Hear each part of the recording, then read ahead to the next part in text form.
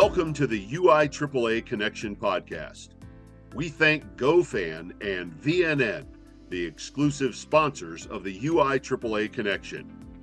Now operating as one combined company, GoFan and VNN offer a seamless experience through digital ticketing and athletic websites.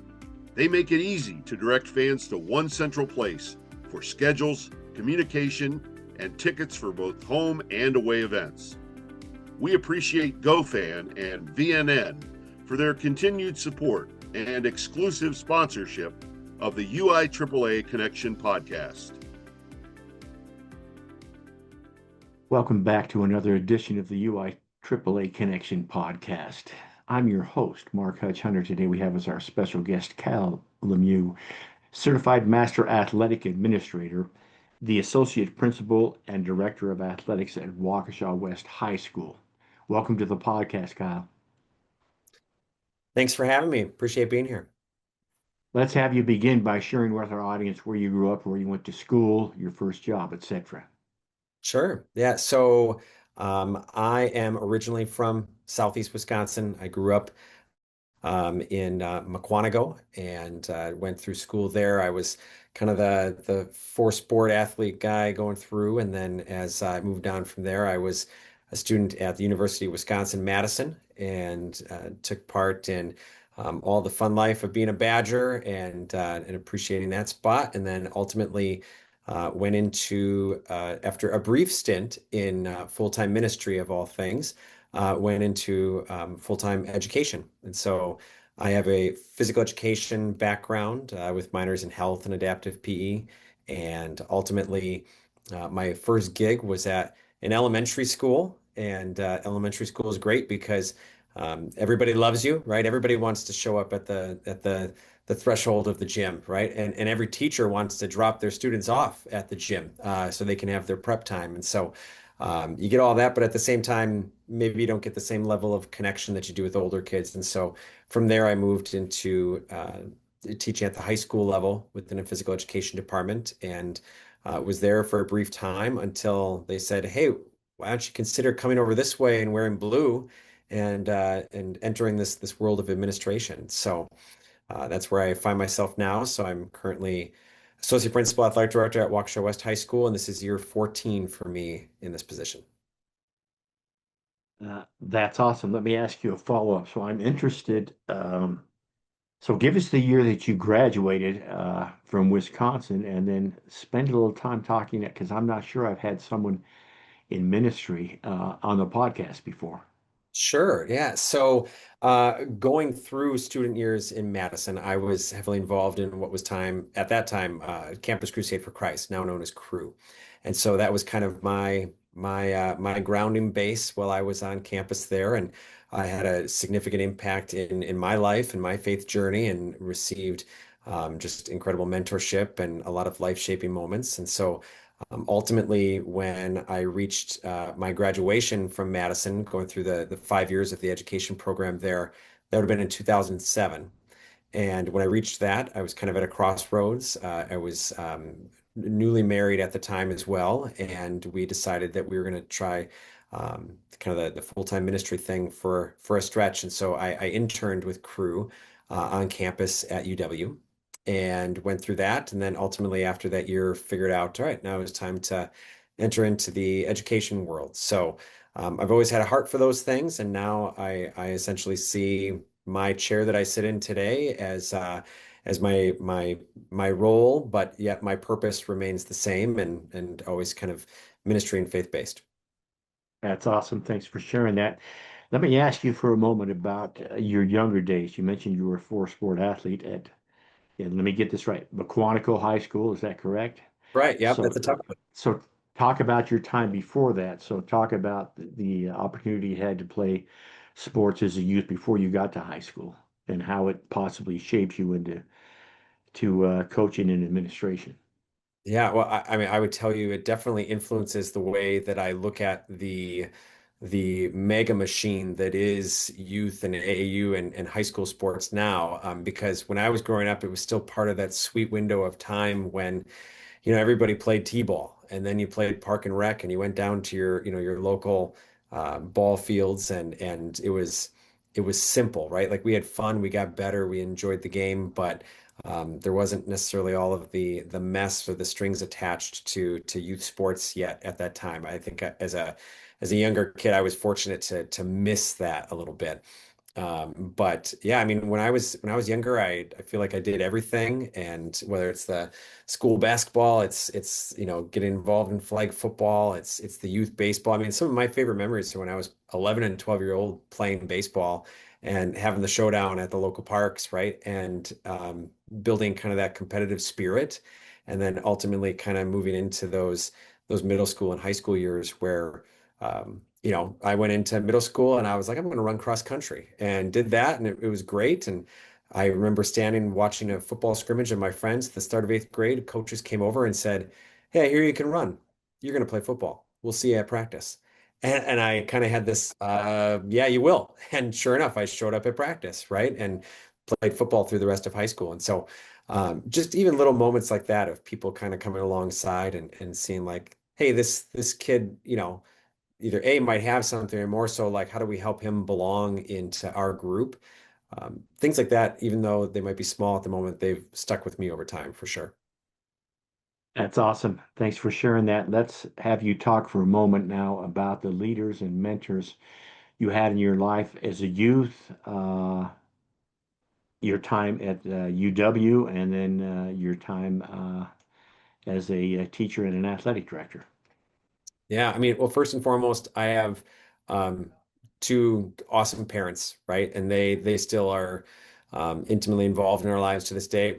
With our carpooling and our three kids at home, it would not work to be an athletic administrator if I didn't have my mom and dad, right? And so they've been just an awesome part of my upbringing and my molding over time. But when you look at kind of that greater picture, there's a number of people whether it was, rooted in kind of some of those days with crew or just in people that I've been around with from a teaching profession that I've been lucky enough to kind of have to cross paths with. So I'm thinking of a few guys, one named Adam Penny, one named Scott Rowe within my ministry days that just really fed into me as a young man and kind of modeled the idea of what it looks like to live a life of integrity, to be able to just kind of be mission minded and, again, even though I'm not necessarily in that job title anymore, those big ideas definitely influence every day of my work.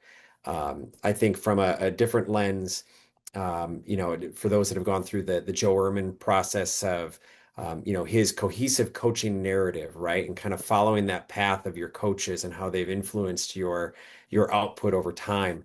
I mean, I can go back even now to this day and think like, oh, I structure practices in this way because I know that that's what my varsity baseball coach did. Or I say certain phrases because I know that that's what our, track and field coach said at the time. And so what I think is really neat is when you can sit back and look at those things big picture, you start to see how all those little ingredients have added up over time into really shaping my philosophy of kind of how we do this best. And so I'm fortunate for all of them. I think now I am super fortunate where I've always had professionally people that have come alongside me and believed in me, which has been really cool. But even in a really sweet way, the last couple of years, those who are part of our Wisconsin Athletic Directors Association have really taken me under their wing. And I just feel so privileged to be in some of the leadership positions I'm in. And it wouldn't be without a guy like Jeff Sitz, who just got inducted into the NIAAA Hall of Fame, right? Like Hmm. when someone who is of that caliber and character and has done the job that he's done, when someone like that says, "Hey, Kyle, I think you can do this," you are compelled to do it and to do it better, right? And so I really appreciate his modeling. And honestly, our entire crew right now of our executive board within our WADA structure is a group of people who encourage, they inspire. There's just this really safe level of, I think, accountability within kind of how we operate. And I'm always excited to see like, wow, you did this, you tried that. I'm going to try and implement that here at my school. So I think this idea of mentorship has kind of morphed over time in my life because of, place and circumstance, but I'm thankful for each and every one of those investments. Perfect. Thank you. Now let me ask you this question because I want to make sure I have my geography correct because I've Sure. only been to Wisconsin a couple times.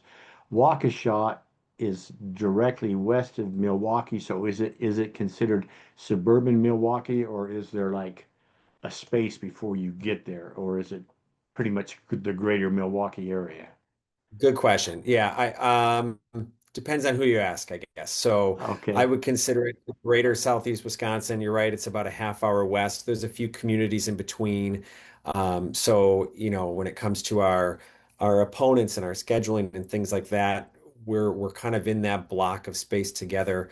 But that suburban area just outside of Milwaukee is really where we have the greatest amount of connections when it comes to scheduling, conference play, kind of where we fit. sure. Okay, thank you for clearing that up for me. Now, let me ask you a little bit of a personal question here, Kyle. What's your biggest failure or disappointment in life, and what did you learn from it? Yeah, you don't get asked that question every day. So uh, that's an interesting one. I think as I would kind of relay this to other ADs, the spot or the trap that I feel like I fall into is um, we all want to be great at a job. We all want to do things top notch and have it be something that we can be proud of. But it also can sometimes mean a sacrifice that's not always worth it. And so for me, I'm married 20 plus years. I have three kids, 16, 13, 11. And, Mm, foremost, what I really want to be is a great husband and a great dad. And I would very much transparently say that this job at times has gotten in the way of doing that well. And so I feel like it's this constant recalibration of figuring out, day by day, week by week. There's surges that go into this life of an AD, and there's also these ebbs and flows that go into family issues too, right? So I think being able to recognize, like, yeah, what I'm doing at times is not healthy, or it's not at the balance level that it could be. And having people in your life that'll hold you accountable to that, but also being able to set up structures so that you can do it better, I think is part of what I've learned. I mean, even most recently, for the last couple months here, I kind of reached a crossroads like, yeah, I really do. I need to get better at this, right? Like this is taking not necessarily too much of my time period. But even when I'm not here on campus, what's my thought life? What am I stuck on, right? What am I like just daydreaming about, right? And how can I instead just be present where my feet are? So one of the things I do now, which would astonish some, is I don't open my computer at home anymore, unless I am completely alone and no one else around. But if anybody else is in the house, I've kind of set that rule for myself that I don't go on the work computer. I don't want to be the husband or the dad who's just like always on the device kind of a thing. So, unfortunately, maybe it's taken me a little too long to learn that lesson, but I think hopefully a fruitful one as we go forward here. Reality is, do I have a little bit more when you walk in the next morning? Sure. But did I get more quality and significance at home? I really do think so. absolutely. Thank you for that. Now, let's talk for a moment about the job of athletic administration and talk about the changes that you've seen since you became an athletic director. Yeah, I mean, I would say, like most jobs, there's things that are added onto our plates every day, right? So there's very few, I think, across the country that can just say, I'm an athletic administrator. It's normally, I'm an AD and I have these nine other things that could put on my plate. And so I think a lot of people can relate to that. But the trick of it, maybe now compared to when I started, is much more of this balancing act to figure out, well, today, what is my priority? Or what is my most strategic use of time based on the things that are on my plate? And, my reality too would be I wish being AD was 100% of my job, but it's not. I feel like it's 100, right? I'll joke that I have 100% of AD things to do. And I also have 30% of this and 40% of that. And before you know it, I need a clone. But in short of that, being able to figure out, how to best use my time. And so one of the things that I've noticed that I think is one of those strategic moves now more than ever, and maybe because this is my own capacity has grown in this area, but being able to guide and mentor coaches. And so we have, in a school of 1,200, we've got 30 athletic programs, and at any given time, roughly 120 coaches. Of those 120 coaches, right now, currently five of them teach in my building. And so it's Mm. this really interesting dynamic of how do I support people who are out of our building so that that direct contact is sometimes a challenge or not as convenient, but also a majority of our coaches who do not work in education. And so if I'm looking at the problems that land on my desk, if I'm looking at the things that I feel like I have to work through again and again, I think one of the high leverage strategies we can use is investing in our coaches, helping them grow in a way that helps them see that big picture, right? So name the task or name the priority on a head coach or assistant coach's plate. I think we can all grow. The other part is specifically within our programs is we all know how important it is to hire head coaches. But out of my 120, I've got 30 head coaches and 90 assistants. I think when programs have better assistant coaches, they have a better chance to thrive and survive, frankly. And so we have put in a coach mentorship model. I actually have a lead coaching mentor that I have hired on, who was a former head coach here. And we've set up kind of a cycle of support meetings that we use with our teams throughout the course of their season and the rest of the year. And one of the big focuses has been how do we prevent head coach burnout? We invest in the capacity of our assistants and really put things into their um, growth realm in a way where, all right, I didn't just get out of my car, show kids how to run sprints for a few hours and then go home, but I have a greater understanding and ability to help that head coach so that, head coaches and I, we always say, hey, when we get to the end of the season, I want you to look at me and say, this was a great idea. Let's do this again, right? Like, I want you coming back. And so I think all of that ends up becoming cyclical, where if we can build up assistants, if we can build up head coaches, we're going to run programs that are cleaner and more aligned with what we're looking for. And then hopefully on the back end, save me time or save, school leaders time because we've been able to invest in the right things.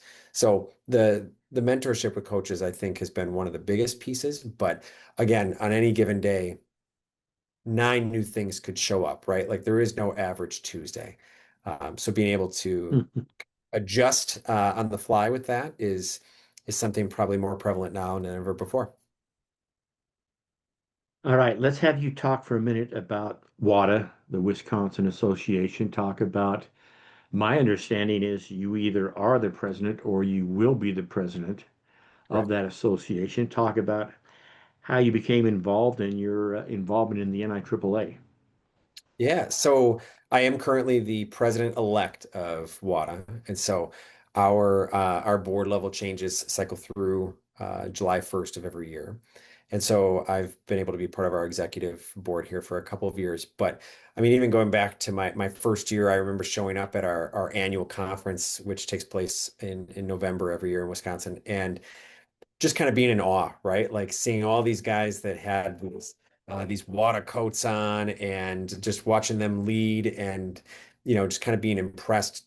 Oh, I know who that is. They're at this school, they're at that school. I've seen what they've done before. But then when you actually listen and you key in a little bit more, you realize, wow, each of these people are not only incredible leaders, but they're incredible servants. Like the reason they're leading in this organization is because they want other people to grow and get better. It's not about them. And so that has left an impression on me because now as I've worked through my career, I've tried to figure out, well, how can I put myself in a position to do the same? And so I've been blessed through my career that I feel like in a lot of ways things have happened sooner for me than they should have or they were supposed to. And so, I had worked through my first couple years as an AD and then just kind of like being around, right? I do the normal things. I would attend the conferences or the area meetings that we might have, but I didn't necessarily dive in further. And then finally, right around year 6, is when I had a few people come alongside me. The late Todd Zabrilski, who Hmm. worked in our state district. He's like, "Hey, you need to get to a national conference. Like, we need to make this happen for you." And I always thought, yeah, it's a great idea, but like, seems like a big investment, a lot of work, a lot of strings attached to that. And he pushed me and put me in a spot where I was ready to say yes to that. I always kind of say I feel like my career in athletic administration changed when I went to that first conference. So my first was 2018 in San Antonio, which happened to be Hmm. Jeff's presidential year. But I remember showing up there and thinking, wow, there's this whole other group of people who totally get what I'm going through, and they understand these ups and downs, ins and outs, right? I remember joking with my wife, it is also the land of the branded polo and quarter zip, right? If you want to peg an AD, it's really easy, Right. especially on the Riverwalk of San Antonio. Just look for that quarter zip and you've got an AD, right? Yeah. But being able to listen to the presenters and to just kind of see the broader picture of athletic administration just really kind of started getting my motor going in a way that it hadn't been before. And so, you put that back into scale, coming back to the state level. I served soon after that in a role as our state's divided up into 7 districts. And so I was our district gender rep, and then I was our district rep. And then during my time on district rep, Jeff Sitz, again, amazing guy, came alongside and said, "Hey, I think you should consider running for vice president." And in our organization, you kind of climb through the board levels. So a Right. year as VP, a year as president-elect, president, past president. And so he kind of, asked me to strongly consider putting my hat in the ring. Thankful that I did now a couple years ago, and here we are as president-elect. And so in July, I'll get to humbly take on that role as president of WADA, which literally just saying that out loud is quite amazing, right? And again, I think it's a reflection of not me, but I wouldn't be in that spot if it wasn't for all those people encouraging and pushing and molding. And so I am such a fan of our WADA organization, and then more broadly the NIAAA, because I go to a lot of PD sessions as an administrator, right? And I get to sit through different trainings. It's different things with their associate principal roles, whatever. I'll tell anyone who will listen that hands down, the best professional development I receive is through the NIAAA and through what we can create at WADA. I mean, where else can you get like directly to the experts in that field and have these personal connections in a way that then actually creates change? And so I would stand on the top of the mountain and let that rip all day, because I really do feel like it's shaped and transformed the way that I do business. And so as soon as that fire was lit in me, then it kind of propelled this, like, I like the idea of giving back also. I like the idea of presenting, of being able to be part of these things. And so I've been fortunate now to present at nationals, I think for 5 different workshops during my years there. This past year, I've had the really fun privilege of being part of the new 708 course in Hmm. leading coaches, and being able to present that for the first time in Tampa here with our team was really exciting, and just, yeah, pumped to see where that goes. And so again, like all these opportunities, being able to speak, being on the 708 team, like Kyle LeMieux did not do these things alone. Amazing people have been my cheerleaders and supporters and put my name into these buckets that somehow comes out where I have the chance to be part of really amazing opportunities. And while that's really cool, it's also helping me grow, right? It's helping me become a better version of myself, which I really appreciate. Thank you. So was it Jeff or was it was it Greg Smith or was it someone else who first reached out to you and said get involved in WADA or maybe some other local people? That's a great question. Yeah, so in Waukesha, we have a 3 high school district. And so at one time, myself being at West and Todd Zabrilski was at South. And so I think Okay. he was probably the first one who was like my direct pusher. And then because he was nice enough to do that, it placed me into these other circles where, oh, now I had this opportunity to have more interactions with Jeff. I had the opportunity to meet Greg, right? And even in our board process now, Eric Plitzwhite, our past president, he is also in Waukesha now at Waukesha North, and I get to hang out with him Hmm. all the time and work through things. And he's just got this awesome servant mindset and just a leader for others first. And so just again being able to see that play out and kind of have a front row seat. And Brittany Spencer Grant, our current president, is just unbelievable in everything she touches. It turns to gold. And so again, all of those people have been not only nudgers, but at the same time just incredible models. And when you're around people like that, you can't help but think, boy, I got to up my game. Like I need to get better. I need to pursue Sure. this. So, yeah, thankful to each and every one of them for that. Well, let me ask you then. I say the Mount Rushmore of WADA, even though I'm going to mention more than four names. You just mentioned Brittany Spencer Grant, who's been on the podcast. Todd, who I knew for years and years as a state coordinator. Greg Smith, who is the executive director, who I understand still lives 200 yards into Illinois, even though he's the WADA executive director. You've mentioned Jeff Sitz, obviously Jeremy Schlitz, who I've presented with the past three or four national conferences. Peggy Seegers Brown. I mean, just talk about these because the all of these people are known throughout the NIAAA and across the U.S. When you mention their name, everybody knows they're from Wisconsin. Maybe share a couple of interesting stories about interaction with them. Yeah, obviously we've touched on some of those guys already, but even another servant is a guy like Jeremy Schlitz, right? And so his creation of our administrative assistance conference that now piggybacks with our own state level conference is just one example where he is one of those guys that sees the big picture, and he is just a constant advocate for the profession, for athletic administrators, and then all of the bits and pieces that kind of feed into what we do. And again, just another example that I think we could put it on repeat where he is a servant. He puts others before himself. He's just an incredible model of even like the dynamic that he has with his administrative assistants and his partners in crime in the Madison School District over there, where they do things that are not only like highly productive and efficient, but they're cutting edge. They really push the limit because of the thought process and the structures that he puts in place. So he's just so well-rounded of not only doing like the nuts and bolts of the AD job, but taking things to another level of thinking about mental health, thinking about the impact of just small change, big impact kinds of philosophy. And I feel like he just fits that bill.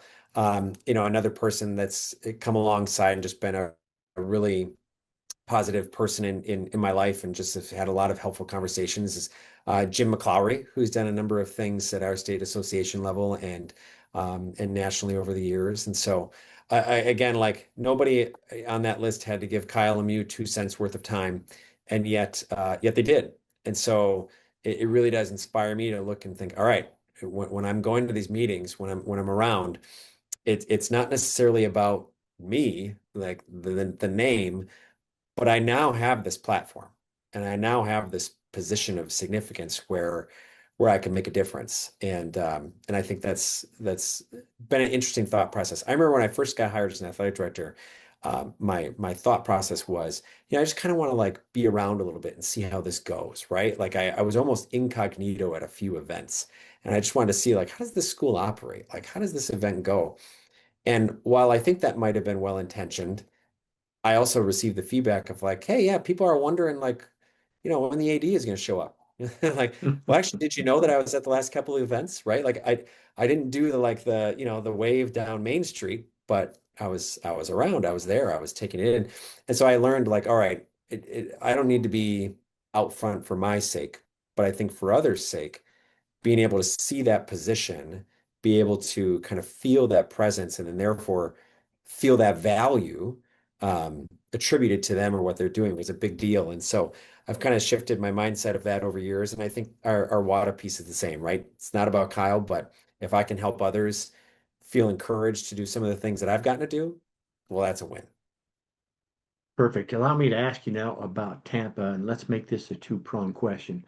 First of all, your thoughts about just the Tampa conference in general. I think it was probably now the second biggest one after Nashville a few years ago. So speak about that, but then I also want you to talk about how different the conference is now that you're there as an instructor and one of the co-authors of 708. So then talk about 708 a little bit more. Give us the title. Talk about the initial voyage at the national conference. So I know that's a mouthful, but I'll turn you loose.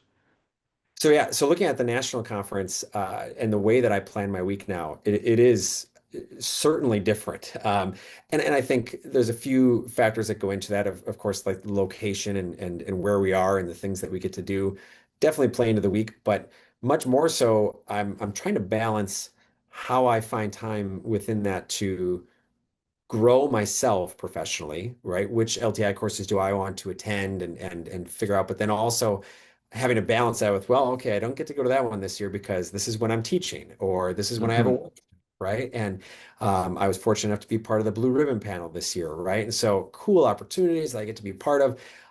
But I would say this year especially, people joke like, "Oh, Kyle, you got to spend a week in Tampa. It must have been amazing." It's like, well, very amazing for the sake of the experience, but I came back exhausted.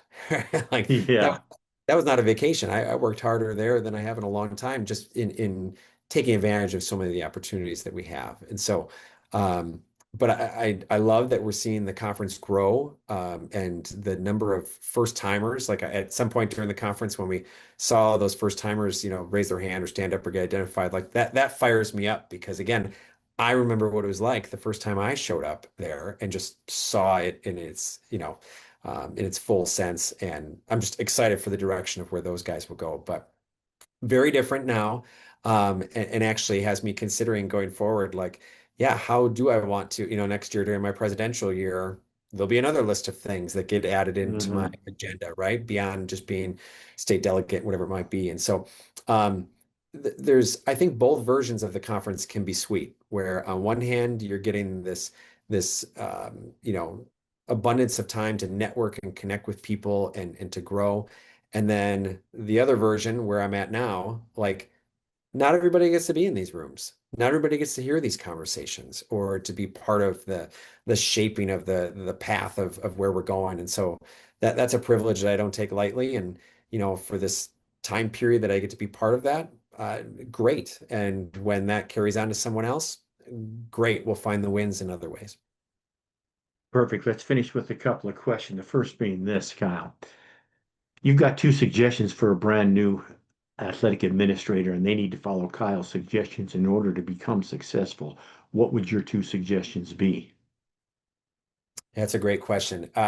You know, I- it's interesting to think like if I were going to restart this job or if I somehow landed somewhere else, yeah, what would I do first? I think the biggest thing is you have to be good to your people and you have to build relationships. And for me, I think this just takes a lot of intentionality. I think you have to be a great listener, um, and not be in a rush, but just to really understand. Um, you know, as a leader, you sometimes know just enough to be able to get by in a lot of conversations because we're part of so many things going on in our day.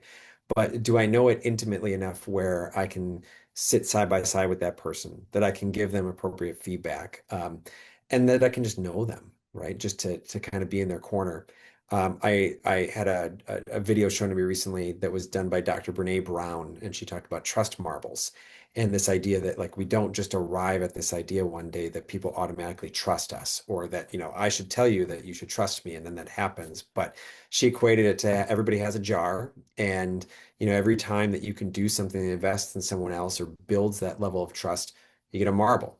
And if you can take the time to do those little things and be who you say you are every day, and invest in that, marble after marble will end up in that jar where eventually you will reach a time where you need something, you have an expectation, you have a growth area, And it won't be a matter of how will this go, but it's much more, hey, trust is established. So now whatever Kyle or that leader says, I can take to heart and I can move forward with. And so I think that just that security and relationships and trust is huge.